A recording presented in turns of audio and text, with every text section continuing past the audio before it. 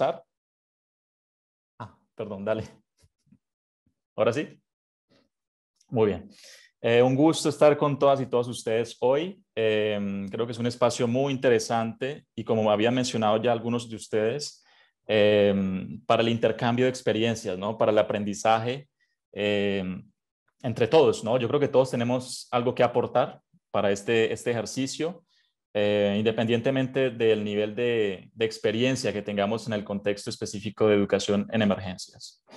De nuevo, es un honor para mí estar aquí. Mi nombre es Leandro Salazar.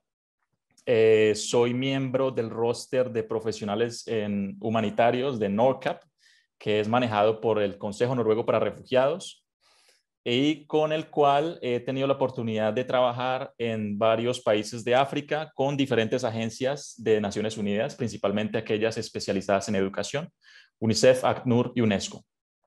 Bueno, también tengo la oportunidad de trabajar en Medio Oriente, pero por cuestiones de esta presentación específica vamos a centrarnos en experiencias en el continente africano y específicamente en Malí, donde trabajé 2 años, entre 2019 y año 2019-2020, con ACNUR, liderando el equipo de educación en todo el país.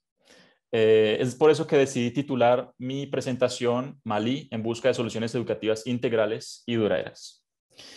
Empiezo. Perdón.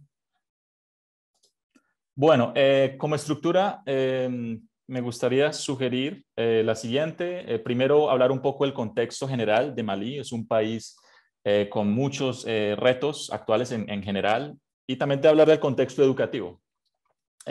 Como segundo punto, presentar un poco el trabajo de ACNUR.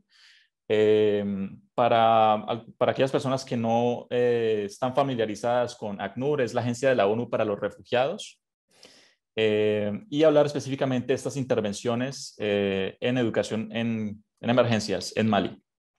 Tercer punto, hacer un poco un resumen acerca de las buenas prácticas y lecciones aprendidas durante esos 2 años de trabajo en Malí con población desplazada internamente, refugiada.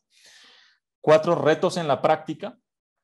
Evidentemente hubo retos diferentes que me gustaría también citar durante la presentación. Y por último, establecer el vínculo entre el trabajo que hago actualmente a nivel global. Actualmente trabajo con la UNESCO, con Caterina, pero yo trabajo desde Ginebra, apoyando proyectos específicamente en sistemas de información en educación en situación de emergencia. Entonces quería establecer ese vínculo a través de mi experiencia a nivel nacional con el nivel global y viceversa. También es importante trabajar en todos los niveles. Muy bien. Rápidamente. Un momento, cierro aquí que no me deja ver. Ok. Malí, como yo creo que lo sabemos, es una situación de desplazamiento bastante compleja. Caracterizada por múltiples violaciones de derechos humanos, donde el acceso a servicios básicos y especialmente educación es precario, donde el acceso a actores humanitarios a algunas zonas es un desafío mayor. Solo para dar un poco de información, actualmente y desde 2012 hay un conflicto bastante complejo que impide el acceso de actores humanitarios a algunas zonas del centro y del norte del país. Lo que ha producido en los últimos años un fuerte aumento en el número de desplazamientos internos de 80.000 en 2019 a cerca de 350.000 a marzo de 2021. Esas son las últimas cifras que tengo hasta el momento. Y en cuanto a refugiados, bueno, es un contexto particular la situación de la región de Sahel, ¿no? Entre Níger, Burkina Faso y Malí. Digamos que hay un intercambio constante de desplazamientos, ¿no? Personas que buscan asilo de Malí a Níger, de Níger a Malí, de Burkina Faso a Níger, y etcétera, ¿no? En la región que llamamos Liptako-Gurma, la región de 3 fronteras, donde hay un conflicto bastante pronunciado que ha ocasionado, para el caso de Malí, la acogida de 48.000 refugiados hasta la fecha. Muy bien.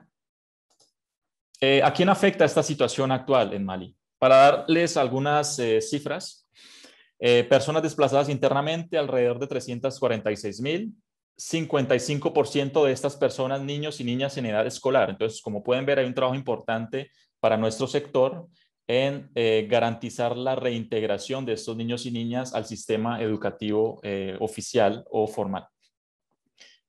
También tenemos personas desplazadas internas que retornan, es decir, aquellas que en un momento se vieron desplazadas de su territorio y que al cabo de algunos meses o años, cuando la situación se normaliza un poco en sus zonas donde habitaban inicialmente, deciden retornar a esta zona. Entonces, hay alrededor de 582,000 personas desplazadas internas que retornan a estas zonas, incluyendo también ese 55% de niños y niñas a quienes hay que garantizarles, una vez regresen a estas zonas, la reintegración al sistema escolar. Por otro lado, tenemos, voy a poner el láser mejor, creo que es más fácil para seguir. Por otro lado, tenemos, un segundo, láser. Personas refugiadas, como les decía, cerca de 48,000, principalmente los países fronterizos, pero hay otros casos también que vienen de Mauritania, pero de épocas atrás, ¿no? De los años 90, que continúan residiendo en Malí, especialmente en el occidente del país. Ya les voy a mostrar un poco en el mapa para tener un poco una mejor idea. Y personas repatriadas son aquellas personas que se refugiaron en otros países en su momento y que están retornando a su país de origen. Alrededor de 84,000, como les decía, es importante garantizar la reintegración de estos niños y niñas al sistema educativo. Y evidentemente todas esas comunidades de acogida, ¿no?, que reciben a estas comunidades que se ven desplazadas en su momento y que presentan evidentemente dificultades teniendo en cuenta también que hay una escasez de recursos, incluso desde antes de que lleguen estas personas desplazadas a estas zonas, ¿no? Entonces representa para ellos también dificultades a la hora de acceder al servicio de educación del país. Muy bien. Más cifras. Entonces, ¿qué causa el desplazamiento forzado en Malí? En los análisis, el 97% de los desplazamientos internos tuvieron lugar por razones atribuidas a la inseguridad, como podemos ver, conflicto armado, 43%, y violencia étnica, por choques entre etnias, especialmente Dogon y Peul. Son etnias principalmente, una de agricultores y la otra de ganaderos. Entonces, principalmente, si sumamos estos dos, da 97% ligado a la inseguridad. Hay evidentemente también desplazamientos atribuidos a la crisis alimentaria, pero ligada también al conflicto, lo que ocasiona desplazamientos hacia zonas como Bamako, la capital, y centros urbanos cercanos. Muy bien. Este es el mapa que quería mostrarles, elaborado por ACNUR. Aquí podemos ver algunas cifras. Las zonas de Mopti en el centro y en el norte, Timbuktu, Gao, Menaka y Kidal, es en donde se centra el conflicto en Malí, principalmente. Desde estas zonas hacia el centro se desplaza la gente, llegando también hasta Bamako. Muchas se quedan aquí en Mopti. Es por eso que en su momento nuestras intervenciones se centraban en esta zona principalmente. Como podemos ver, 144,900 desplazados internos que llegan a Mopti. Tombuctú es una zona también principalmente de acogida de personas que retornan, ¿no? Cada región tiene su particularidad, ¿no? Mopti acoge principalmente desplazados internos. Tombuctú acoge personas repatriadas que regresan a su país después de haber escapado situaciones de conflicto, de guerra, de violencia. Amenacá principalmente llegan refugiados de Níger, aquí es Níger, esta frontera, lo que les mencionaba anteriormente, Liptako, Gurma, 3 fronteras, Burkina Faso, Níger, Malí. Aquí hay un flujo importante de refugiados y en estas zonas es importante llevar a cabo, ¿no?, intervenciones específicas que tengan en cuenta las necesidades de esta población en particular. Aquí podemos ver la distribución en número de refugiados. De Níger, alrededor de 17,000. Mauritania, que se centra en esta zona del occidente, CAI se llama, que acoge alrededor de 15,851 refugiados de Mauritania, y de Burkina Faso, provenientes de esta zona, y que llegan aquí principalmente al centro de Malí, donde es importante garantizar la reintegración o integración al sistema educativo oficial de Malí. Muy bien, creo que eso es lo más relevante de estas cifras de contexto. Seguimos, educación en Malí. Vamos a enfocarnos ahora principalmente en la educación en Malí, pero ligada al contexto de desplazamiento forzado. ¿Por qué quiero hacer esta aclaración? Porque, como les decía, la crisis se centra en el centro y en el norte de Malí. No vamos a hablar de lo que sucede en Bamako porque las dificultades son un poco menores. Hay menos dificultades hacia esa zona y teniendo en cuenta la temática de esta presentación y de esta sesión, vamos a enfocarnos únicamente en estas zonas del centro y del norte. Muy bien. Perdón, regreso. Como pueden ver, esta es son pequeñas fotos, ¿no?, que he tomado durante esos 2 años en Malí. Como pueden ver, pueden tener una pequeña percepción, ¿no?, de la infraestructura que existe en cuanto a aulas de clase, muchos niños y niñas sentados en el suelo. Aquí podemos ver en esta foto principalmente niños, lo que denota brechas de igualdad de género, por ejemplo. Y aquí nuevamente, si bien la infraestructura es de tipo permanente y sólida, hay muchos niños y niñas en el suelo dificultando la labor del docente. Eso me lleva también a mencionar que hay muchísimas dificultades en cuanto al número de docentes, en número y también en formación. Aquí vemos también el lado más positivo, ¿no? En estas 2 fotos de abajo, la motivación y la inclusión de docentes, hombres y mujeres, en procesos de capacitación y en procesos de toma de decisiones a nivel local en Malí. Y aquí vemos también la implicación de las comunidades, padres y madres de familia implicados en la educación de sus hijos e hijas. Muy bien. Entonces, ¿cuáles son los retos específicos del sistema educativo en Malí? Como mencionaba, en cuanto a seguridad, ha habido el cierre de 1.533 escuelas. Estas son cifras de abril de 2021, ocasionados por presencia de grupos armados, tales como el Estado Islámico, Al-Qaeda en la región de Magreb Islámico, también grupos de milicias de autodefensas y el conflicto étnico que mencioné anteriormente entre comunidades Peul y Dogon. Muy bien. ¿Qué ocasiona esto? Esto ha ocasionado ataques a la infraestructura, es decir, estas escuelas se han visto cerradas, se han visto forzadas a cerrar a causa de estos ataques a infraestructuras, principalmente de grupos que se denominan anti-escuela tradicional. ¿Sí? También ha habido amenazas a personal docente y comunidades por parte de estos mismos grupos que promueven otro tipo de educación en estas zonas. Una vez los niños y niñas se encuentran por fuera del sistema educativo, hay casos de reclutamiento y utilización de niños por parte de estos grupos armados. Hago la aclaración entre reclutamiento y utilización, principalmente en casos de utilización y no necesariamente reclutamiento, es decir, que niños y niñas son utilizados, por ejemplo, para dar información acerca de personas, para vigilar, para llevar a cabo roles, ¿no?, que no necesariamente tienen implicación de armas, por ejemplo. ¿Qué otra dificultad, qué otro reto hay, tío Malí? La capacidad de acogida. Vimos grandes desafíos en cuanto a infraestructura escolar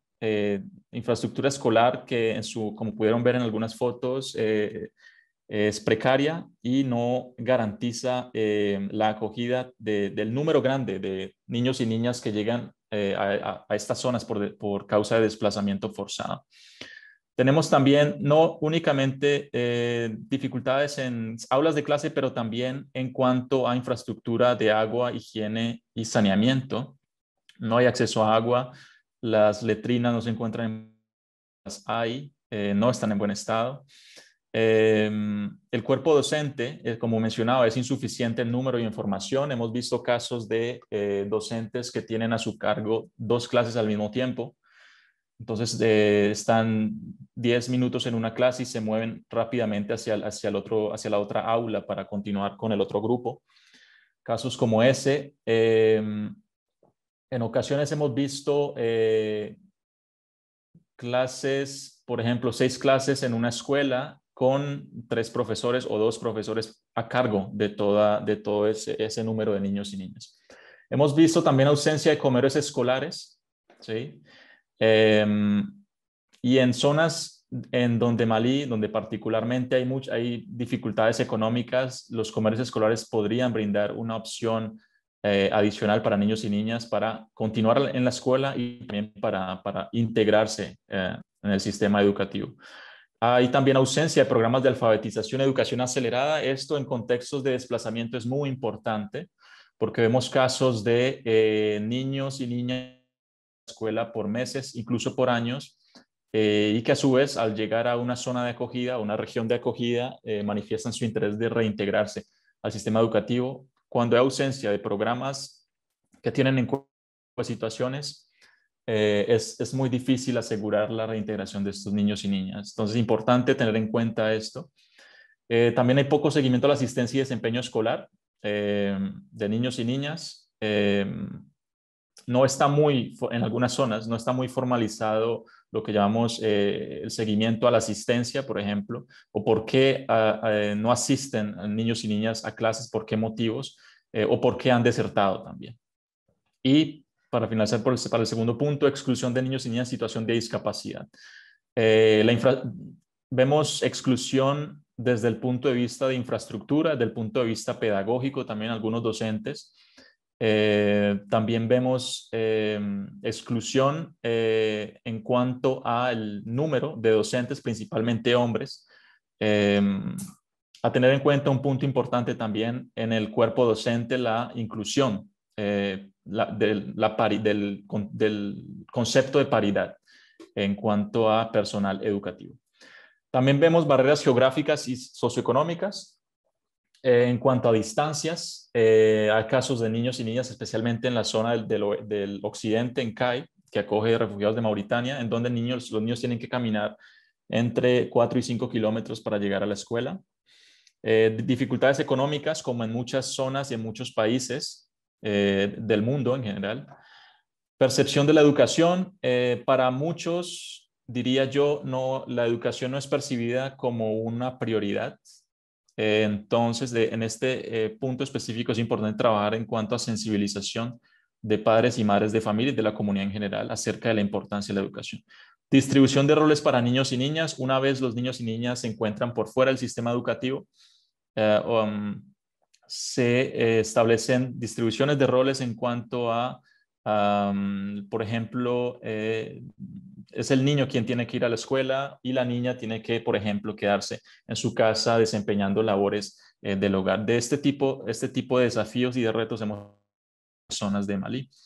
También tenemos riesgos de protección para niños y niñas cuando se encuentran por fuera del sistema educativo, lo que mencionaba anteriormente, reclutamiento por parte de grupos armados, matrimonios a temprana edad, embarazo adolescente, violencia basada en género y trabajo infantil. Importante asegurar o garantizar la permanencia de niños y niñas en el sistema educativo para evitar justamente todo este tipo de situaciones. Y como último punto, carencia en sistemas de información. Yo creo que el acceso a la información en educación en situación de emergencia es muy importante. Desafortunadamente no hay una armonización o una coordinación entre organizaciones y entre autoridades nacionales, autoridades de la educación nacionales y locales para garantizar el acceso a una información de educación en situación de emergencia que está completa, que se hace de manera recurrente la producción de esta información, que se comparte, que se utiliza, que se analiza y que se utiliza para las diferentes reformas o establecimiento de políticas educativas. Entonces es importante tener en cuenta esto como retos en el sistema educativo. Específicamente para ACNUR, en el sector educativo de Malí, aquí vamos a profundizar un poco, vamos a ir un poco más en detalle. ACNUR es miembro activo del clúster de educación y del grupo local de educación. Esto en cuanto a coordinación es vital. Es importante participar activamente en los diferentes grupos de coordinación, identificarlos primeramente para luego participar en ellos. El clúster de educación, por ejemplo, discute temas relacionados con las emergencias, y el grupo local de educación, temas ligados al desarrollo. No hay una comunicación directa entre estos dos. Esto es algo que también tendríamos que evaluar y discutir. ACNUR es financiado por Education Cannot Wait, el fondo Education Cannot Wait, que financia principalmente proyectos de emergencias en educación, aunque está haciendo también la transición hacia el desarrollo, estableciendo vínculos entre las emergencias o lo que llamamos el nexus entre humanitario y el desarrollo. El gobierno de Japón, los gobiernos de Japón y de Alemania también financian ACNUR en las intervenciones en educación. Importante también las contribuciones de ACNUR a los planes nacionales de desarrollo de la educación, la estrategia de respuesta educativa al COVID. ACNUR jugó un rol muy importante, muy activo, y la estrategia para la reapertura de escuelas, como vemos, escuelas que cierran por causa de la inseguridad. También tenemos el programa plurianual de resiliencia en la educación, que hace parte de los fondos de Education Cannot Wait, que tiene un enfoque más hacia el desarrollo, más hacia la resiliencia del sistema educativo nacional. Apoyo al mejoramiento de la infraestructura educativa. En esto hemos trabajado arduamente. La formación docente, educación a distancia, como vemos en el contexto de COVID-19, ha sido de total relevancia trabajar en cuanto a garantizar la continuidad de la educación. Alfabetización y educación acelerada en contextos de desplazamiento forzado es vital. Integración de población refugiada al sistema educativo nacional, programas de becas para estudios superiores. Ya voy a profundizar en detalle acerca de esto. Tercer punto, colaboraciones con agencias de ONU, UNICEF, un programa mundial de alimentos, Ministerio de Educación, autoridades locales, ONGs internacionales y nacionales, clústeres para un enfoque más multisectorial de protección, de agua, higiene y saneamiento, albergues, salud. También hemos colaborado o colaboramos con directores y docentes de escuelas, comunidades desplazadas y de acogida, que también son incluidas en las discusiones que tenemos en cuanto a planeación de intervenciones. Disculpen, hablo en presente y en pasado porque, bueno, actualmente trabajo con UNESCO, pero debería hablar en pasado. Sigo. Vamos específicamente a las intervenciones de ACNUR en cuanto a educación en situación de emergencia. Distribución de material educativo a niños, niñas refugiados, desplazados internos y de comunidad de acogida sin distinción. Es importante insistir en esto porque lo identificamos también como una buena práctica. Es incluir en todos nuestros procesos de distribución de material educativo a todos los niños y niñas sin distinción. Generalmente el mandato de ACNUR, la priorización debería ser en los refugiados, pero ha habido unos cambios en cuanto a la estrategia implementada a nivel global por ACNUR y hemos decidido incluir a toda la población escolar sin distinción. Entonces, hubo distribuciones de kits, material escolar, pero al mismo tiempo, teniendo en cuenta la crisis de COVID y el cierre de escuelas, decidimos distribuir radios solares, como pueden ver aquí, con USBs que incluían material educativo para la continuidad del aprendizaje. Eso en conjunto con las autoridades de educación nacionales y locales y siguiendo los lineamientos de la estrategia de educación a distancia de Malí, en la que también contribuimos. Apoyo en cash a familias para la compra de material educativo, uniformes y también para documentación, como se mencionó anteriormente. Hay también dificultades en cuanto a la documentación. Muchos niños y niñas y familias en general llegan a sus países de acogida sin identificación alguna o documentación. Es importante que este apoyo en cash incluya al máximo todo lo que las barreras que se pueden generar alrededor de esto, ¿no? Entonces, material educativo, uniformes, documentación, etcétera. Muy bien. Sigo. Construcción. En cuanto a apoyo a infraestructura, trabajamos arduamente, como les decía, en la construcción de varios, yo diría muchos, bloques de aulas de clase, construidas por personal local, También hubo equipamiento de aulas. No solamente construíamos las aulas, pero también se equipaban con todo lo necesario para sillas, escritorios, bibliotecas, etcétera. Letrinas, muy importante tener en cuenta el aspecto de agua, higiene y saneamiento e instalación de bombas de agua en escuelas de acogida de niños y niñas desplazados. Importante resaltar también que estos bloques se construían dentro de escuelas existentes. No se establecen sistemas paralelos. Se trabaja, existe, para reforzar la capacidad de acogida. Muy bien. Como tercera intervención, cabe resaltar la distribución de kits para lavado de manos en escuelas. Como pueden ver, es un kit bastante básico que nos permitió, teniendo en cuenta también la carencia de fondos, nos permitió llegar a muchas escuelas, a distribuir kits en muchas escuelas como parte del proceso de reapertura de las escuelas que cerraron por causa del COVID-19. Tenemos también las jornadas de sensibilización sobre la importancia de la educación para niños y niñas. Como les decía anteriormente, uno de los desafíos importantes es brindarle a la educación el lugar que corresponde eh, como esencia o como herramienta para el desarrollo de niños y niñas. Esta es una sesión de sensibilización con padres y madres, acompañados también por el director de la escuela. Esto tratamos de hacerlo al máximo en conjunto con las diferentes actividades locales, líderes refugiados, líderes de comunidades desplazadas y líderes comunitarios de las comunidades de acogida. Importante para este punto. Tenemos también las jornadas de capacitación a docentes y a consejeros pedagógicos en educación en situación de emergencia. Un segundo, muy bien. Sobre temáticas varias que se acoplan al contexto, que se acoplan a las necesidades de las autoridades locales en educación. Para este caso específico hubo capacitaciones en apoyo psicosocial y salud mental para que los docentes tuvieran de alguna manera la capacidad de identificar casos que requieren apoyo psicosocial en las aulas de clase y poder referirlos o poder enviarlos a las autoridades competentes. Protección de la infancia exclusivamente o principalmente en la prevención de violencias basadas en género.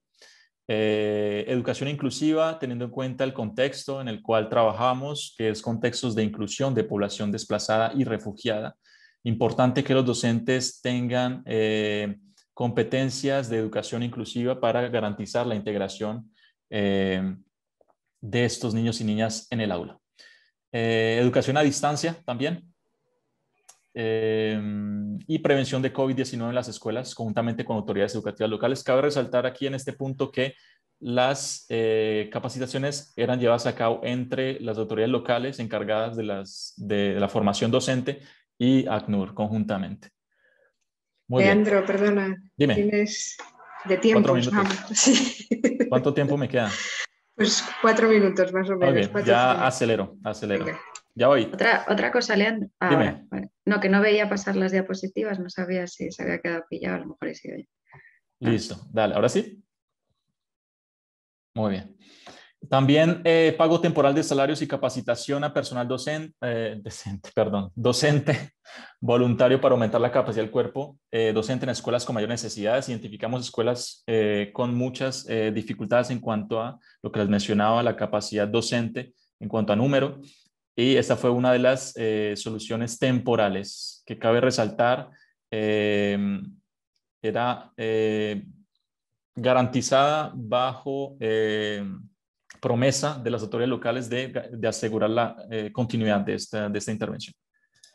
Luego tenemos programas de alfabetización y educación acelerada para niños y niñas. Esto era en conjunto con el Consejo Noruego para Refugiados, que tienen una experticia bastante importante en este campo. La idea para nosotros era también identificar organizaciones con las cuales pudiéramos trabajar en conjunto. Consejo Noruego para Refugiados era una de estas para este caso específico. Luego tenemos apoyo monetario y capacitación a los comités de gestión escolar. Importante trabajar en los cuerpos de gobierno dentro de las escuelas para garantizar la continuidad de actividades que se llevan a cabo en el marco de los proyectos, ¿no? Ese apoyo monetario permitía la compra de material educativo, didáctico y recreativo, apoyo a docentes, gestión y cuidado mobiliario, de mobiliario escolar, mantenimiento de infraestructura, entre otros. Importante tener en cuenta. Programa de becas para estudios superiores para jóvenes refugiados con buen desempeño. Este programa incluye apoyo monetario en sus formas para jóvenes refugiados con buen desempeño escolar. Lo que quiero decir como es un apoyo integral, quiere decir permite que cada dificultad, cada obstáculo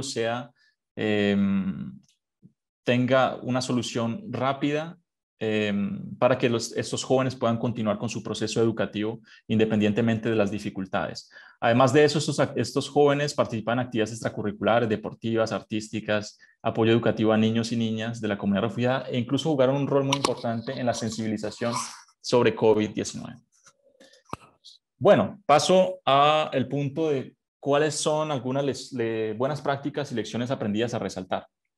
Colaboración, yo creo que un punto a resaltar importante es la colaboración con distintos sectores.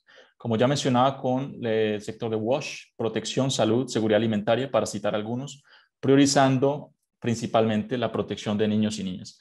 Otro punto a resaltar es la implicación de autoridades de la educación, no solamente nacional, pero local y escolar en todas las etapas de intervención. Otro punto, colaboración en planes de desarrollo de la educación nacional. Es importante asegurar que todas estas intervenciones vayan a alimentar procesos de políticas nacionales de la educación. Un punto muy relacionado con la inclusión, es la inclusión de la comunidad desplazada y de acogida para solución de problemas, lo que les mostraba en las fotos con los padres y madres de familia.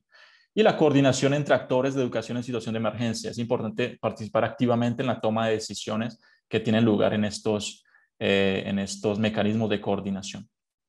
Financiamiento con enfoque durable y complementario. Importante garantizar la complementariedad entre financiamientos. Como les mencionaba, Education Cannot Wait y Japón. Esto permitió que creáramos una respuesta conjunta, puesto que los fondos de Japón estaban enfocados principalmente en las situaciones de emergencia y los de ECW, Education Cannot Wait, en el desarrollo. Eso permitió construir un puente entre los dos para garantizar la sostenibilidad de los proyectos y de las intervenciones.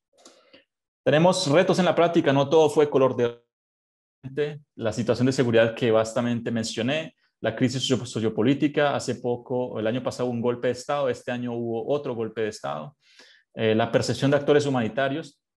Esto, como pueden ver en la foto, en algunas zonas es necesario una escolta militar de Naciones Unidas.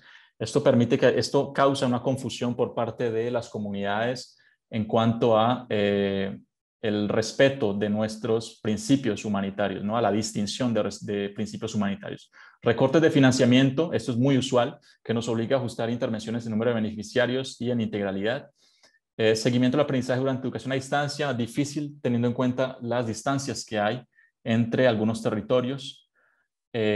Flujo constante de refugiados, el desplazamiento continúa todos los días.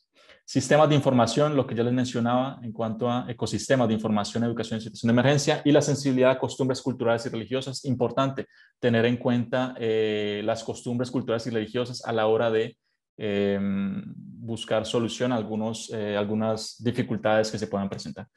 Última diapositiva, y me disculpan por tardar más de lo esperado, del nivel nacional al global y viceversa. En mi caso particular, trabajando a nivel global con UNESCO, trabajamos en uno de estos desafíos, ¿no? Los que están ligados a la información en educación en situación de emergencia. No es fácil acceder a información precisa o a cifras precisas sobre la educación y principalmente en contextos de desplazamiento. Esto lo estamos haciendo a través de un proyecto financiado por Education Cannot Wait, la cooperación sueca y NORCAP. En Etiopía, Sudán del Sur y Chad, la idea es integrar la información que se pueda generar en educación en situación de emergencias con los sistemas institucionales de educación. Como parte del trabajo con el Global Hub for Education in Emergencies, tratamos de trabajar estrechamente o tratamos de trabajar arduamente para establecer un vínculo mejor o más importante entre el nivel nacional y el global. Vemos que hay una brecha entre estos niveles y de hecho se ha mencionado también y que es la descolonización de la ayuda humanitaria, en lo cual hay que profundizar. Por último, tenemos el Data Reference Group, que es en donde se discuten todos estos desafíos en cuanto a gestión de la información en educación en situación de emergencia para elaborar mejores prácticas y estándares a la hora de producir información, el análisis, la utilización para mejores respuestas educativas en terreno. Creo que es todo. Muchas gracias a todas y todas por su atención. Les dejo mi contacto para cualquier pregunta después del taller. Y también atento a sus preguntas en este momento. Muchas gracias. Gracias, Leandro.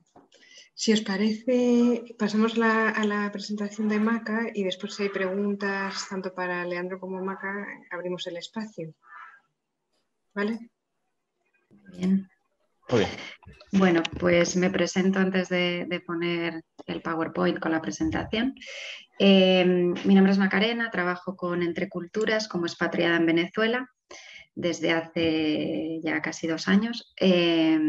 Y bueno, ahora mismo estoy en Madrid porque a raíz de toda la situación del COVID nos repatriaron y la vuelta a Venezuela ha sido bueno, imposible de momento. Así que estoy un poco atrapada aquí en España. Antes de trabajar como expatriada en Venezuela, estuve trabajando con el JRS, que también es una organización vinculada a la Compañía de Jesús, en Sudán del Sur, también 2 años. Esa fue mi última experiencia anterior a Venezuela y bueno, son 2 contextos de crisis humanitaria muy diferentes. Y ambos bastante complejos, ¿no? En la presentación que voy a hacer hoy me voy a centrar únicamente en Venezuela y en el caso concreto de del proyecto más grande que estamos acompañando ahora mismo desde Entre Culturas. Entonces voy a compartir pantalla. A ver. ¿Me confirmáis si se ve, por favor? Sí, muy bien. ¿Se ve bien? Sí. A ver si se ve en formato presentación. Y me voy a quitar de aquí. Perfecto. Vale, pues bueno, como os decía, yo voy a ir bastante a lo concreto para hablar de un caso práctico que sería este proyecto que estamos acompañando desde Entre Culturas en Venezuela. Estamos gestionando varios proyectos, pero este sería el más grande, ¿no? El que tiene una dimensión mayor, financiado por ECO. Estamos en la fase ya final de cierre y bueno, ha sido un caso práctico, creo, muy interesante, sobre todo por el momento en el que nos ha tocado ejecutarlo, ¿no? Con todo el tema del COVID.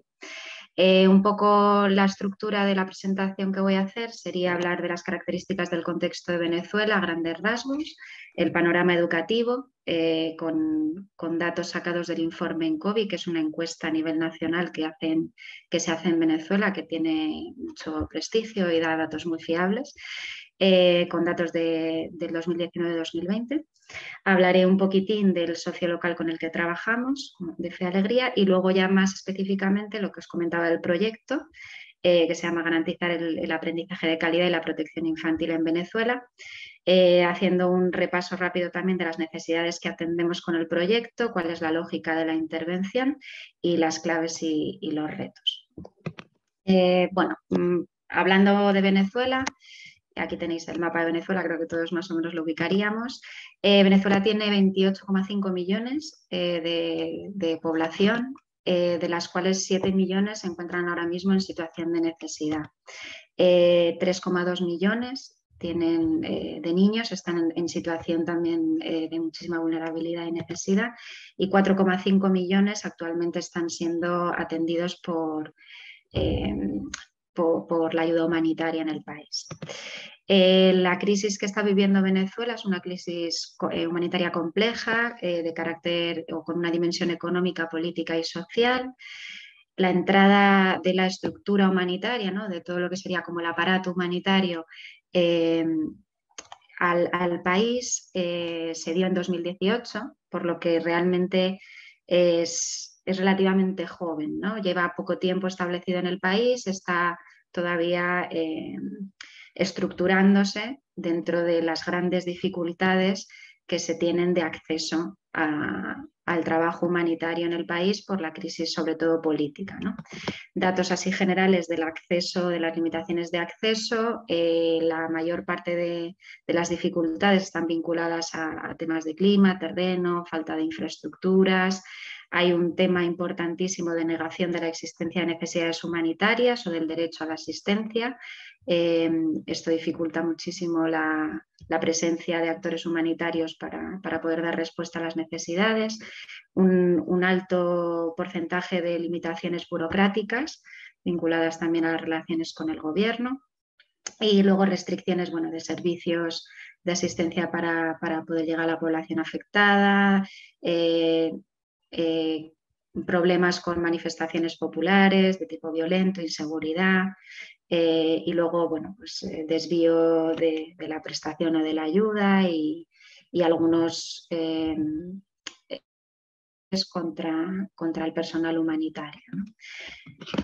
Para que veamos un poco el panorama general de la atención o de la presencia del mundo humanitario en Venezuela, vemos que con los datos actualizados del 31 de marzo de este año, 1,1 millones de personas han sido atendidas. El tema del COVID ha dificultado mucho el acceso, más de lo que ya estaba.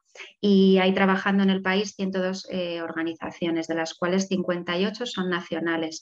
Solamente hay 18 organizaciones internacionales trabajando en Venezuela porque, bueno, la crisis con el gobierno es grande en cuanto a la pertinencia o a la aceptación de la ayuda humanitaria en el país, lo cual hace que haya muchísimas dificultades burocráticas para poder inscribirse legalmente en el país. Entonces, la mayor parte de las organizaciones internacionales, de las ONGs que trabajan en el país, lo hacen a través con un perfil muy bajo y a través de ONGs locales.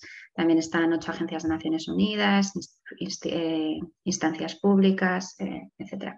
Y como vemos aquí, el número de personas que están atendidas por clúster, el clúster que tiene más atención o que llega a más gente es el de agua y saneamiento, luego estaría seguido por el de salud, protección, protección a la infancia, shelter, como lo tengo en inglés, habitabilidad, educación, nutrición, protección general, seguridad alimentaria y género, violencia de género. Esto es un poco el panorama general de cómo está la presencia humanitaria en el país y el mapa con las zonas donde se trabaja, ¿no? Como todos sabréis, la mayor crisis que ahora mismo tiene Venezuela es de tipo migratorio, es uno de los principales expulsores de migrantes, ¿no? Y de personas que salen del país buscando, bueno, pues una calidad de vida digna. Ahora mismo hay 4,6 millones de personas fuera de Venezuela. Este es el mapa que he encontrado más actualizado, también entre enero y marzo de este año, donde vemos de las personas refugiadas que han salido de Venezuela se han instalado en Colombia, Ecuador, Perú, Brasil, Argentina, Chile, República Dominicana. Yo voy a hablar específicamente del interno de Venezuela, donde los desplazamientos internos no son especialmente numerosos, diríamos, o no tengo datos como muy relevantes, pero sí quería, en términos de movilidad humana, mostrar lo que está ocurriendo fuera de Venezuela, ¿no? con los venezolanos que tienen que salir y que han tenido que salir del país. En cuanto a la situación educativa, bueno, algunos titulares también relacionados con el informe en COVID.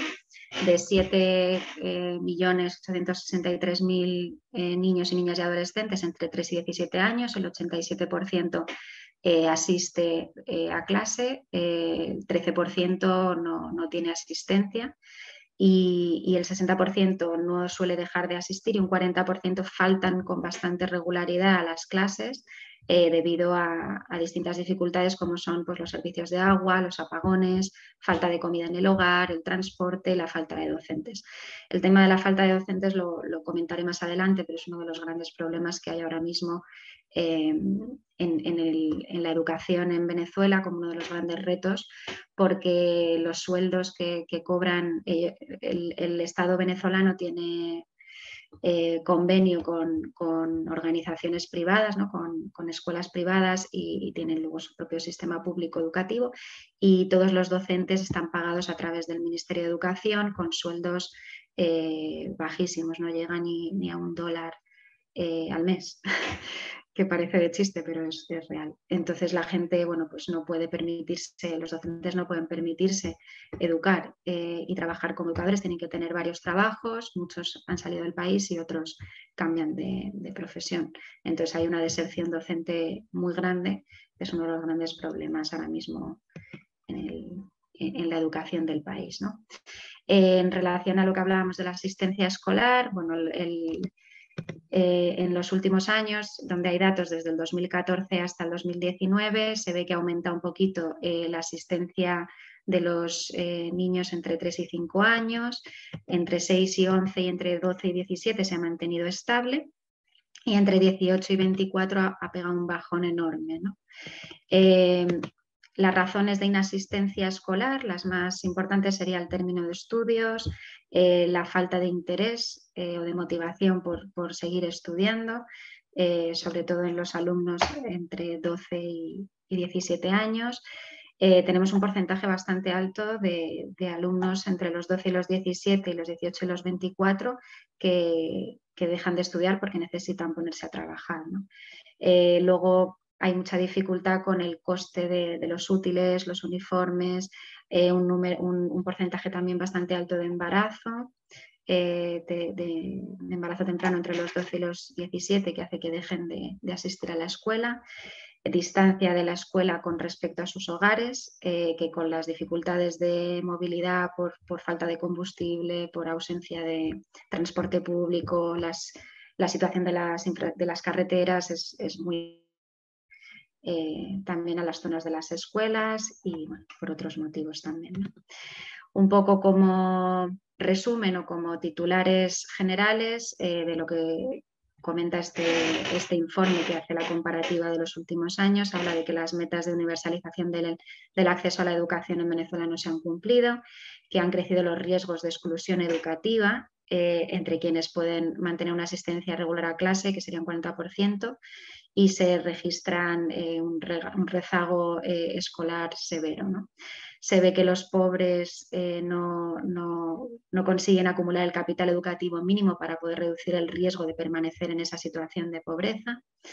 Lo que comentaba antes de que hay un retroceso muy grande de acceso a la educación en la población entre los 18 y los 24 y bueno, toda esta situación evidentemente se ha agravado mucho con el COVID-19, ¿no? que profundiza las inequidades educativas. Lo que comentaba antes de los altos índices de deserción docente también es una de las grandes preocupaciones para la situación educativa de Venezuela. Una vez hemos conocido un poquito cómo está el contexto en Venezuela en grandes rasgos, quería ya empezar a hablar de lo que sería o de lo que es el proyecto que acompañamos nosotros desde Entre Culturas. Nosotros trabajamos con Fe y Alegría, que es un movimiento de educación popular también vinculado a la Compañía de Jesús. De hecho, Entre Culturas forma parte de la Federación Internacional, somos como Fe y Alegría España, diríamos, entonces somos parte como de la misma familia. Y bueno, el Fe y Alegría Venezuela tiene una presencia y un alcance muy grande en el país. En Venezuela es uno de los actores educativos más importantes, que tiene 176 escuelas en todo el país, repartidos por todos los estados, donde no llegan otras instituciones educativas, llega Fe Alegría, que siempre suele estar como más allá del asfalto que dicen, ¿no? En las zonas más remotas y de mayor riesgo y vulnerabilidad. Además tienen un sistema de radios por todo el país e institutos universitarios, ¿no? El gran reto que ha tenido Fe Alegría a raíz de que apareciese o de que empezase a cronificarse esta crisis humanitaria ha sido ese diálogo interno y esa manera de ver cómo se podía hacer ayuda humanitaria para garantizar la misión educativa, ¿no? Fe Alegría se da cuenta de que para poder asegurar el acceso a la educación de la población a la que atiende, necesita centrarse en temas de ayuda humanitaria que no son su expertise ni lo han sido nunca, ¿no? Bueno, para ello lo que hace es empezar a gestionar proyectos como este que os voy a presentar ahora, ¿no? Nosotros trabajamos en 2 estados del país, en Miranda y en Anzoátegui, que son zonas urbanas y rurales con altos índices de pobreza, limitado acceso a servicios básicos y con altos índices de violencia y tráfico de personas, sobre todo en el estado de Anzoátegui, porque se encuentra justo en zona de frontera, ¿no? Información así relevante que creo que podría ser interesante conocer sobre la situación concreta de las personas que atendemos en estas zonas. Tenemos asistencia a centros de enseñanza de los alumnos entre 3 y 24 años en Anzoátegui de un 71,5%, por lo cual tenemos un 28,5% de inasistencia. Y en Miranda del 69%, un 30% de inasistencia. En cuanto al tema nutricional, que es uno de los ejes en los que nos hemos centrado en este proyecto, ahora explicaré por qué, en Anzoátegui los niños menores de 5 años con peso inferior a su edad suponen un 7,4%, en Miranda un 6,3%. En Anzoátegui con peso inferior a la estatura un 4,6, 3,9 en Miranda y con talla inferior a su edad un 28,5% en Anzoátegui y 24,3% en Miranda. Son datos que vinculados a la desnutrición infantil de niños menores de 5 años son bastante preocupantes. Nuestro proyecto, como os comentaba antes, Fe Alegría, para poder asegurar que da acceso a educación a niños del entorno que atienden, vieron que necesitaban poder cubrir parte de esas necesidades que hemos visto antes o de esos limitantes que tienen para poder acceder a la escuela, ¿no? Entre ellos se encontraba la alimentación, un alto número de niños, como hemos visto antes, en situación de desnutrición, las instalaciones de agua y saneamiento de la escuela también. Era importante poder atenderlas y mejorarlas de cara a poder atender mejor a los niños, y luego la parte de formación docente o lo que llaman en Fe Alegría cuidado del cuidador, ¿no?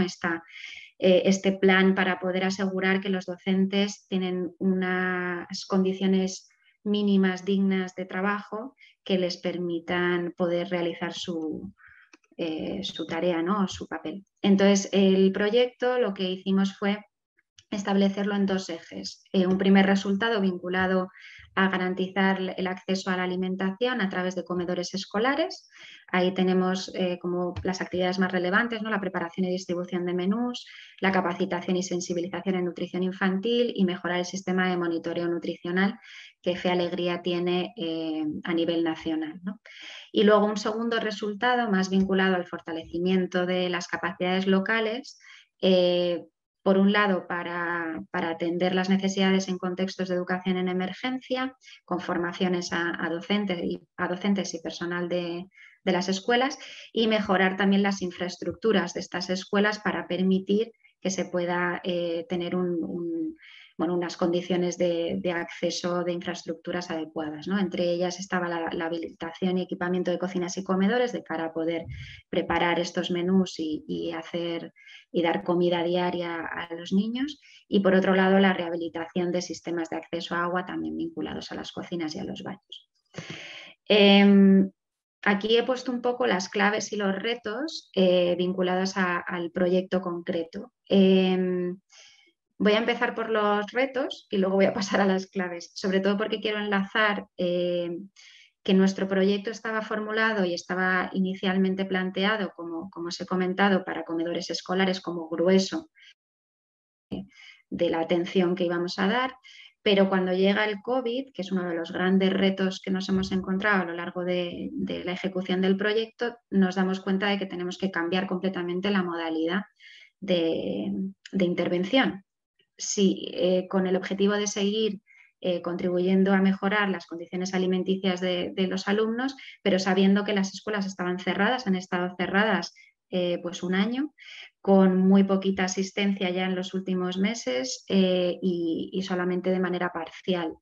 En Venezuela hubo un confinamiento estricto durante 6 meses prácticamente y las escuelas no han vuelto a reiniciar su actividad normal ni parece que vaya a poder ser posible en el próximo año escolar. Entonces, bueno, lo que tuvimos que hacer en coordinación con otros actores humanitarios a través del clúster de seguridad alimentaria, vimos un poquito, hicimos un análisis de actores que están haciendo otros en esta situación, un análisis de riesgos, de contexto y de alternativas, ¿no? Y vimos que teníamos la opción de dar bolsas de comida, que incrementaba el riesgo de contagio de COVID y dificultaba la distribución por cómo estaba la situación en ese momento, ¿no? de cierre absoluto y de confinamiento. Y teníamos otra opción que era pasarnos a cash transfer, ¿no? a una modalidad de cash transfer. Bueno, al final, con otros actores que estaban trabajando también en esto mismo, se decidió y muchos de nosotros pasamos a una modalidad de cash transfer con transferencias monetarias directamente a representantes de las familias de los niños, con un sistema de monitoreo bastante complejo para poder asegurar que hacíamos un seguimiento, ¿no? Y que ese dinero realmente estaba llegando a los niños en forma de alimentación. Ese ha sido como el mayor reto que hemos podido encontrar en cuanto a la adaptación del COVID.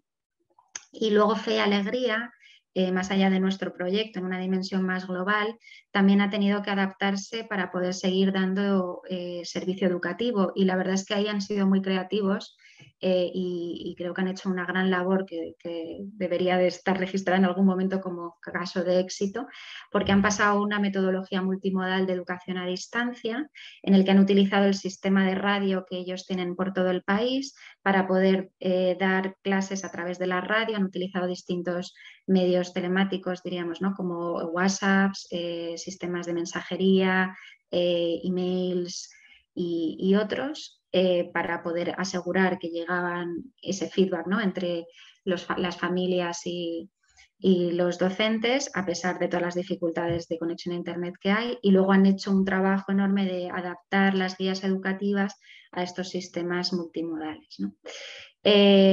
Otras de las dificultades o retos que hemos podido encontrar son las dificultades operativas. El sistema de cash transfer también es muy distinto en su manera en su operativización, diríamos, que lo que sería los comedores escolares. Eso implica un cambio en la lógica del trabajo, en los equipos de trabajo, etc. Y bueno, luego las dificultades encontradas en estos problemas de acceso que hablábamos anteriormente por las complicaciones ¿no? De hecho, hace como 2 meses el gobierno de Venezuela decidió dejar de pagar a los docentes a través bueno, hizo un cambio como muy rápido del pago de los docentes y eso generó un problema enorme en cuanto a los salarios. Bueno, ha sido como, es difícil, el trabajo en Venezuela es bien complejo. Y bueno, otra de las cosas importantes y retos que también Fe y Alegría con Entre Culturas estamos viendo es cómo conseguimos no perder esa misión educativa pedagógica cuando te metes a hacer ayuda humanitaria, ¿no? Una organización que está acostumbrada a trabajar en lo educativo en un contexto en el que no había una crisis humanitaria como hay actualmente, su misión pedagógica y su manera de hacer era muy, muy diferente, ¿no? Y no muy diferente. No tenía ese componente o esa presión que tiene ahora mismo de, además de lo pedagógico y lo educativo, tengo que atender necesidades humanitarias, ¿no? Entonces, encontrar ese equilibrio para no perder la mirada educativa y la manera de hacer pedagogía de fe y alegría, porque el mundo humanitario y las necesidades humanitarias y las ONGs, todo lo que es la industria, diríamos, engulle bastante y genera mucha presión también sobre las organizaciones locales. Entonces ahí hay una tensión en la que, bueno, estamos trabajando y es un reto también importante que estamos teniendo que asumir. Como claves, que creo que han sido, que han permitido que la iniciativa tenga bastante éxito y haya funcionado bien. El alcance de la institución, lo que comentaba de que Fe Alegría es un actor que tiene mucho alcance en el país, atiende a muchísimos niños, niñas y adolescentes y además tiene una legitimidad y un reconocimiento social muy grande. Como veis, el logo de Fe Alegría es un corazoncito y cuando estaba en Venezuela, que no nos dejaban movernos, que estábamos con todo el tema del confinamiento, teníamos que ir a las escuelas, bueno, fue bastante caótico. Tú ibas con tu polo, ¿no? O tu camiseta con el corazoncito y te dejaban pasar, policías, todo. Al final dicen que en Venezuela dicen que las puertas que abre el corazoncito de Fe Alegría no las abre nadie más, ¿no? Entonces, esa legitimidad y ese reconocimientos han sido fundamentales para poder trabajar y bueno, y la expertise educativa, ¿no? Eso es un poquito lo que yo tenía preparado para compartir con vosotros. Creo que ahora entraríamos como en una fase más de debate y de compartir y habíamos planteado 3 preguntas que pudieran ser orientativas para este debate.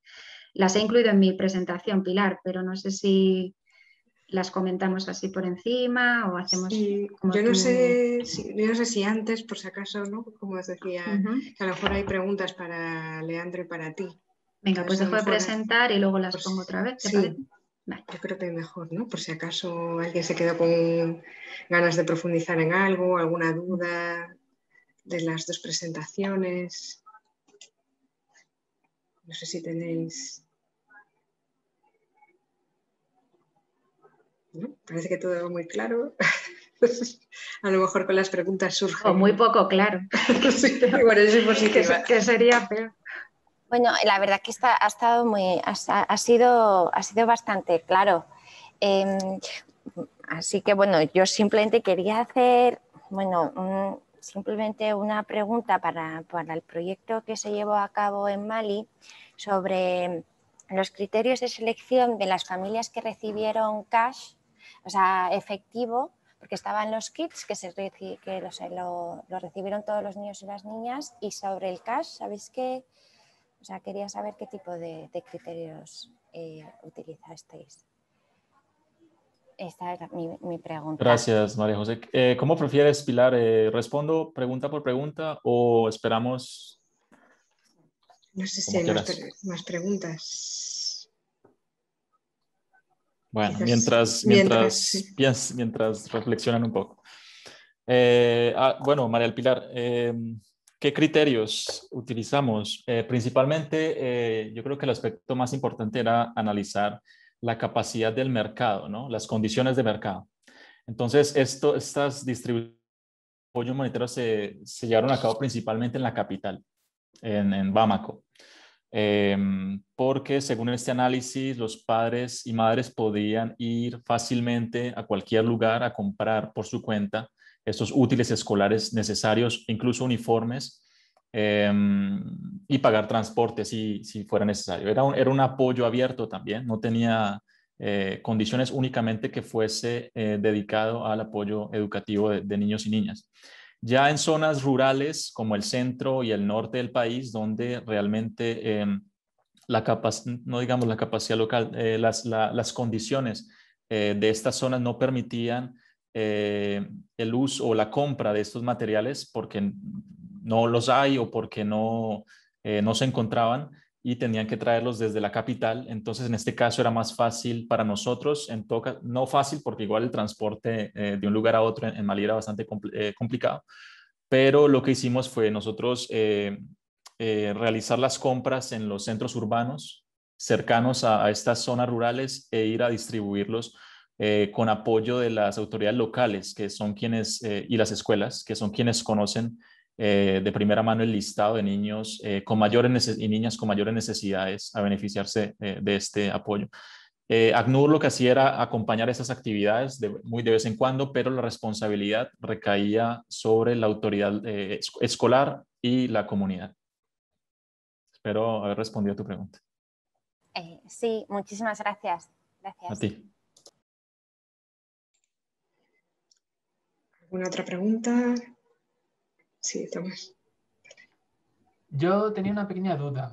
Ayer cuando Francisco Rey planteó el hecho de intentar integrar un enfoque de derechos en esta aproximación a la ayuda humanitaria, me surge una duda cuando veo la sostenibilidad de estas intervenciones, que la propia base de la acción humanitaria es tener déficit en lo que se refiere a la sostenibilidad, sobre todo económica, que no tanto en el sostenimiento en el tiempo.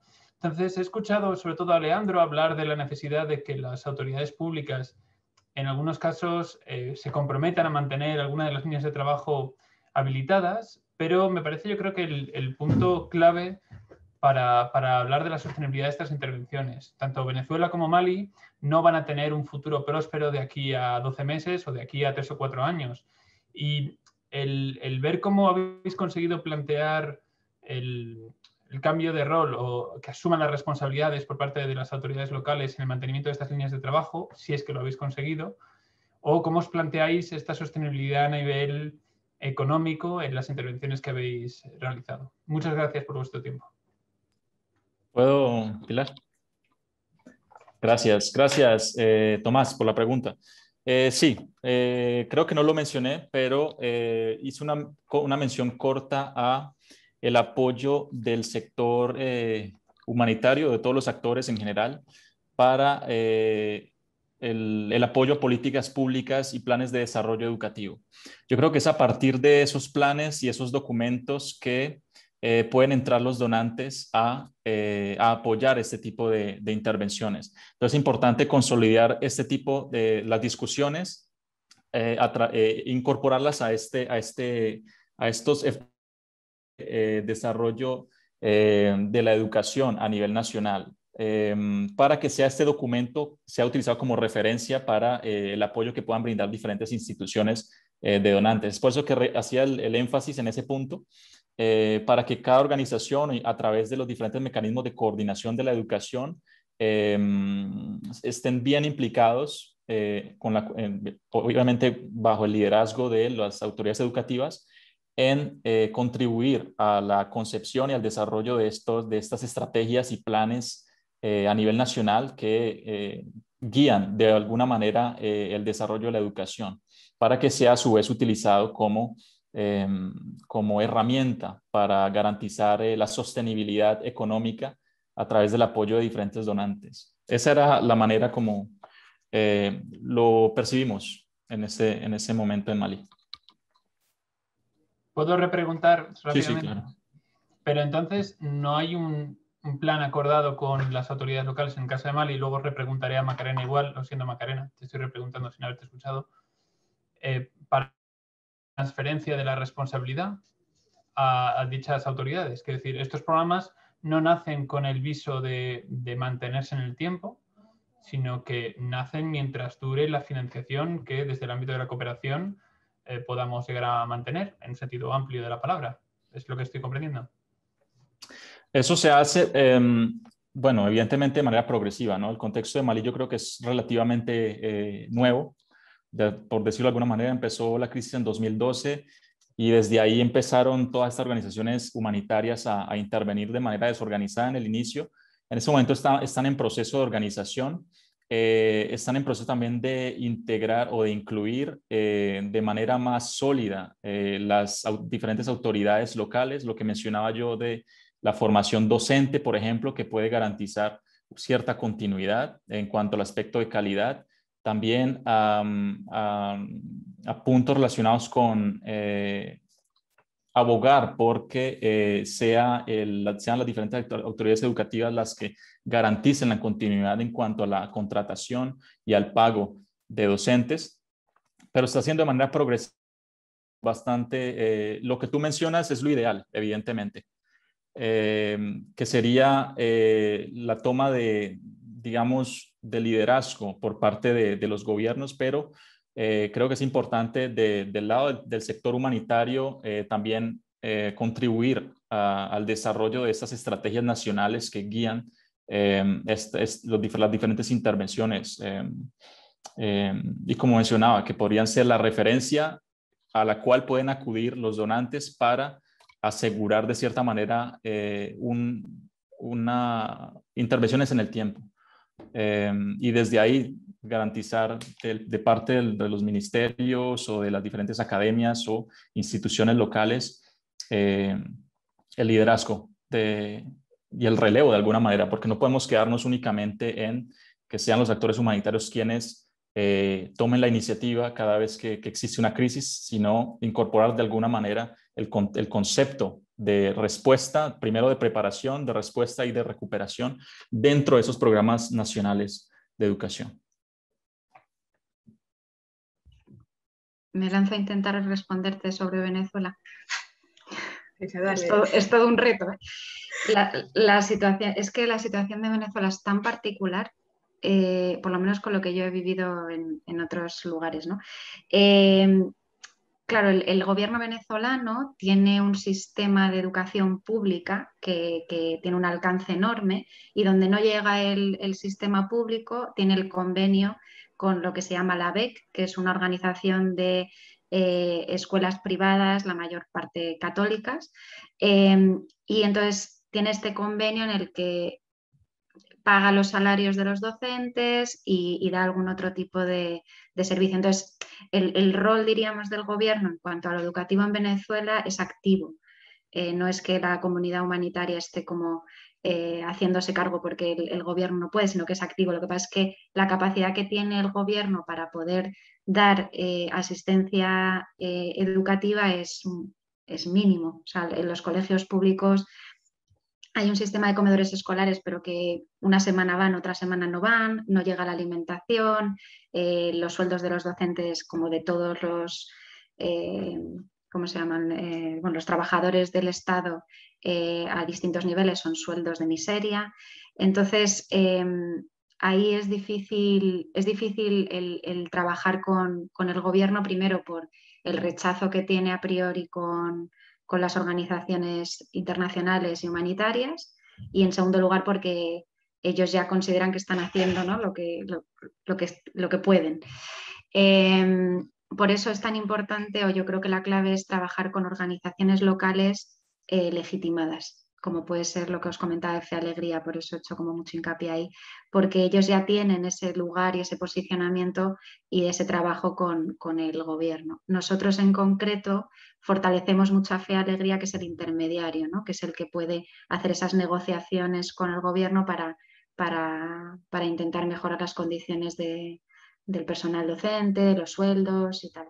Y luego lo que hacemos es, a un nivel más micro, diríamos, de proyecto, intentar fortalecer capacidades de la comunidad para que haya una sostenibilidad desde lo comunitario. Por ejemplo, la continuidad del proyecto que os he presentado ahora tiene un componente que es de escuela productiva, de un formato de comedor donde se vincula a la comunidad, a las madres. No he ido al detalle de cómo funciona el comedor escolar o cómo debería de haber funcionado si no hubiera llegado el COVID, pero están muy integradas las familias, ¿no?, dentro de ese sistema de comedor escolar, de cara a que no dependa en un futuro del dinero de los donantes, sino que las familias puedan contribuir en el cocinar las comidas, en poner parte de los alimentos, y cuando consigamos que las escuelas tengan ese formato más productivo, que haya huertos escolares, un poco en esa clave de sostenibilidad desde lo comunitario. No sé si por ahí te contesto. Gracias. Tenías, María José, la mano levantada. Vamos justos de tiempo.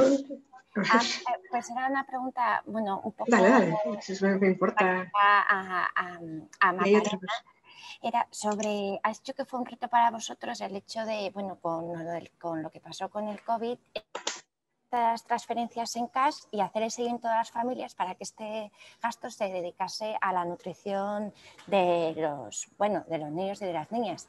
Igualmente quería saber, o si me podías compartir con todos las buenas prácticas, o sea, si sacasteis alguna conclusión para hacer este seguimiento a las familias, o sea, para asegurar que se hizo, o sea, una sensibilización o cómo se logró esto. Gracias. Pues nosotros tuvimos que hacer un sistema de monitoreo, te digo la verdad, bastante amateur. O sea, lo montamos un poco pues sobre la marcha, teniendo en cuenta que no podíamos tampoco contratar el servicio de organizaciones que ya trabajan en cash, ¿no? Que no teníamos el estudio de mercado previo para ver, ¿no?, el contacto con los comercios de la zona, en fin, o sea, fue todo. Entonces nosotros... también en consenso con la mesa técnica de Cash Transfers, una de las modalidades que mejor funciona en Venezuela es la transferencia bancaria. Entonces se hacía directamente la transferencia bancaria a las cuentas de los padres, madres, representantes de los niños. Entonces el sistema que nosotros montamos está muy centrado en el acompañamiento del equipo docente de las escuelas. Hicimos unos cuestionarios, unos Google Form, que los padres tenían que completar a los 15 días de recibir la transferencia monetaria, donde se les preguntaba una serie de cosas sobre en qué has usado, el dinero, como bastante completo, y luego tenían que mandar evidencias, ¿no?, tanto de facturas si existieran, o recibos, fotos de la comida, y luego esto estaba vinculado al rendimiento del alumno. Si el alumno no rendía bien, no hacía sus tareas, no entregaba a tiempo, todo esto en modalidad virtual, o sea, imaginaros. Se nos acaba la sesión. Pilar. Y Paula se queda ahí. Y no hemos hablado. Pues eso, se le quitaba el beneficio, ¿no? Entonces ha sido como un sistema de seguimiento, y luego entrevistas cualitativas, visitas a domicilio, pero más a pequeña escala y con personas o casos identificados por la escuela, ¿no? Ese ha sido un poco el sistema que hemos montado. Muchísimas gracias. Gracias. Paula, sí, muy rápido, si quieres. 30 segundos. Bueno, no me he respondido a ninguna pregunta, pero yo creo que ha sido muy enriquecedor el poder... ¿no? Solamente el Jamboard está vacío. Sí, por eso solo las preguntas, las 3 preguntas que Maca... De todas maneras, yo pongo luego en el chat mi dirección, mi correo, que no lo he puesto antes, si alguien me quiere escribir o contactar. Yo encantada de compartir. Bueno, a ver qué decimos entonces en la plenaria. Vamos a decir...